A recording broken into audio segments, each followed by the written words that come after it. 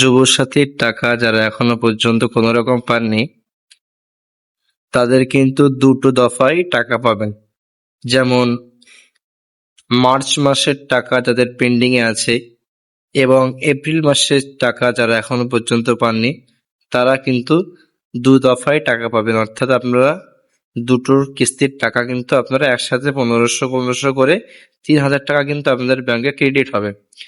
যাদের প্রথম কিস্তির টাকা পেয়েছিলেন এবং এখনো পর্যন্ত দ্বিতীয় কিস্তির অর্থাৎ এপ্রিল মাসের কোনো রকম টাকা ঢোকেনি, তাদের কিন্তু চিন্তার কোনো বিষয় নেই, খুব তাড়াতাড়ি কিন্তু তাদের টাকাটা ঢুকে যাবে।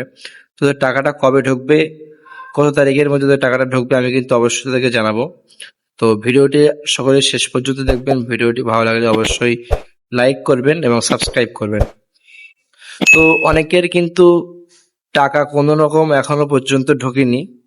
তো যাদের সমস্যা আছে এবং যাদের ব্যাংকের সাথে মিসম্যাচিং হচ্ছে, অ্যাকাউন্ট নাম্বার এবং নামের মিসম্যাচিং হচ্ছে, তারা কিন্তু বিডিও অফিসে গিয়ে একটা ফর্ম জমা দিলে খুব সহজেই কিন্তু আপনারা টাকাটা পেয়ে যাবেন, ঠিক আছে। এবং যাদের কোনো মিসম্যাচিং নেই, সমস্ত ফর্ম একদম ডিক্লিয়ার আছে এবং আপনারা যুবসাথী ফর্মের যে স্ট্যাটাস সেটাও আপনারা চেক করেছেন, সমস্ত কিছু যদি আপনাদের অ্যাপ্রুভ থাকে এবং সাবমিটটা ঠিক দেখায়, তাহলে কিন্তু চিন্তার কোনো বিষয় নেই। আপনারা আপনাদের মার্চ মাস এবং এপ্রিল মাসের টাকা, দুই কিস্তির টাকা কিন্তু আপনারা একসাথে পেয়ে যাবেন। অর্থাৎ 3000 টাকা কিন্তু আপনারা একসাথে ক্রেডিট হবে আপনাদের অ্যাকাউন্টে, ঠিক আছে।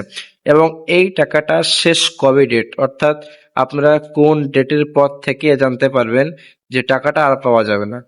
তো শেষ লাস্ট ডেট, তার মধ্যে কিন্তু আপনাদের টাকাটা ঢুকে যাবে। তো লাস্ট ডেট কবে সেটা কিন্তু আমি অবশ্যই জানাবো আপনাদেরকে।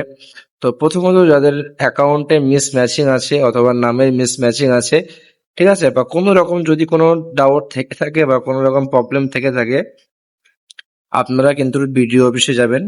বিডিও অফিসে গিয়ে আপনাদের যে আধার কার্ড, জন্ম সার্টিফিকেট এবং স্কুল সার্টিফিকেট, মার্কশিট, রেজিস্ট্রেশন, যেগুলো আপনি যুবসাথী ফর্মে ফিল আপ করেছিলেন, ডকুমেন্টস হিসেবে দিয়েছিলেন, জাস্ট সেইগুলো কিন্তু আপনি পিন আপ করে আপনার একটা দরখাস্ত লিখে শুধুমাত্র বিডিও অফিসে জমা করলে কিন্তু আপনার সমস্ত রকম অসুবিধাটা আপনার ঠিক হয়ে যাবে। অর্থাৎ আপনি যে ফর্মটা ফিল আপ করে ওখানে জমা দিচ্ছেন, আপনার যদি কোনো মিসম্যাচিং থেকে থাকে, আপনার যে ডকুমেন্টসগুলো জমা দিচ্ছেন তার দ্বারাই কিন্তু আপনার সমস্ত রকম ডকুমেন্টসগুলো অ্যাপ্রুভ হয়ে যাবে, ঠিক আছে।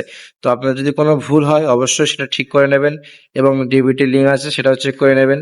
এবং যদি অ্যাকাউন্ট নাম্বার, অনেকের অ্যাকাউন্ট নাম্বার লাস্টের কয়েকটা সংখ্যা চেঞ্জ হয়ে গেছে, সেক্ষেত্রেও কিন্তু আপনি বিডিও অফিসে যান, সেখানে কথা বলুন। তো ওখানে গিয়ে কিন্তু আপনি ফর্মটি জমা করলে আপনার সমস্ত রকম এ টু জেড কমপ্লিট হয়ে যাবে এবং আপনি টাকাটা খুব তাড়াতাড়ি ক্রেডিট আপনি পেয়ে যাবেন, ঠিক আছে। তো আপনারা কত তারিখের মধ্যে টাকাটা পাবেন সেটা কিন্তু আমি জানাচ্ছি। তো শেষ যে ডেট, অর্থাৎ আপনারা এই ডেটের আগে আগে টাকাটা আপনারা পেয়ে যাবেন। এখানে দেখতে পাচ্ছেন সেকেন্ড যে লিস্ট আছে, আপনারা সেকেন্ড যে টাকাটা পাবেন অর্থাৎ দ্বিতীয় দফা যে টাকাটা পাবেন সেটা কিন্তু আপনারা 17 এপ্রিলের মধ্যে কিন্তু আপনারা টাকাটা পেয়ে যাবেন, ঠিক আছে। তো 17 এপ্রিলে কিন্তু আপনারা টাকাটা পরিপূর্ণ পেয়ে যাচ্ছেন।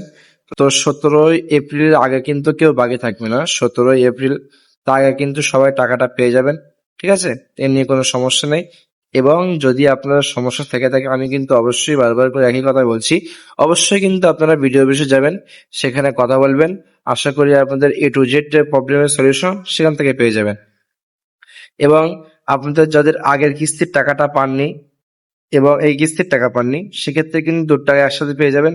এবং যারা প্রথমবার টাকাটা পেয়েছিলেন অর্থাৎ মার্চ মাসের টাকা যারা পেয়েছিলেন, এখন এপ্রিল মাসের টাকা পাননি, সেক্ষেত্রেও কিন্তু চিন্তার কোনো বিষয় নেই, আপনারা কিন্তু এপ্রিল মাসের টাকাটাও পেয়ে যাবেন, ঠিক আছে। এপ্রিল মাসের টাকা 17 এপ্রিলের মধ্যে কিন্তু আপনারা পেয়ে যাবেন।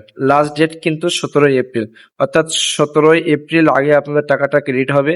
আর যাদের এখনো পর্যন্ত টাকা ঢোকেনি, দুটো টাকাই একসাথে ক্রেডিট হবে। এবং যদি ব্যাংকের সাথে কোনো রকম সমস্যা থেকে থাকে, ডিবিটি লিঙ্ক ইমিডিয়েটলি আপনার সাথে সংশোধন করুন। এবং যদি কোনো রকম আপনার ব্যাংকের অ্যাকাউন্ট নাম্বার ভুল, অর্থাৎ আপনার নামের মিসম্যাচিং অথবা আপনার অ্যাকাউন্ট নাম্বার সাথে যদি মিসম্যাচিং হয়ে থাকে, স্ট্যাটাস চেক করার পরে, তো আপনি সেগুলো অবশ্যই যাচাই করে নেবেন। এবং আপনাদের যে বিডিও অফিস আছে সেখানে কিন্তু আপনি কন্ট্যাক্ট করতে পারেন, সেখানে ফর্মটা জমা দিলে অবশ্যই আপনার সলিউশন হয়ে যাবে এবং ভোটের আগে কিন্তু সকলেই টাকাটা পেয়ে যাবেন, ঠিক আছে। তো আশা করি সকলে ভিডিওটি বুঝতে পেরেছেন। ভিডিওটি যদি ভালো লাগে অবশ্যই লাইক করবেন, সাবস্ক্রাইব করবেন এবং বন্ধুদের কাছে শেয়ার করবেন।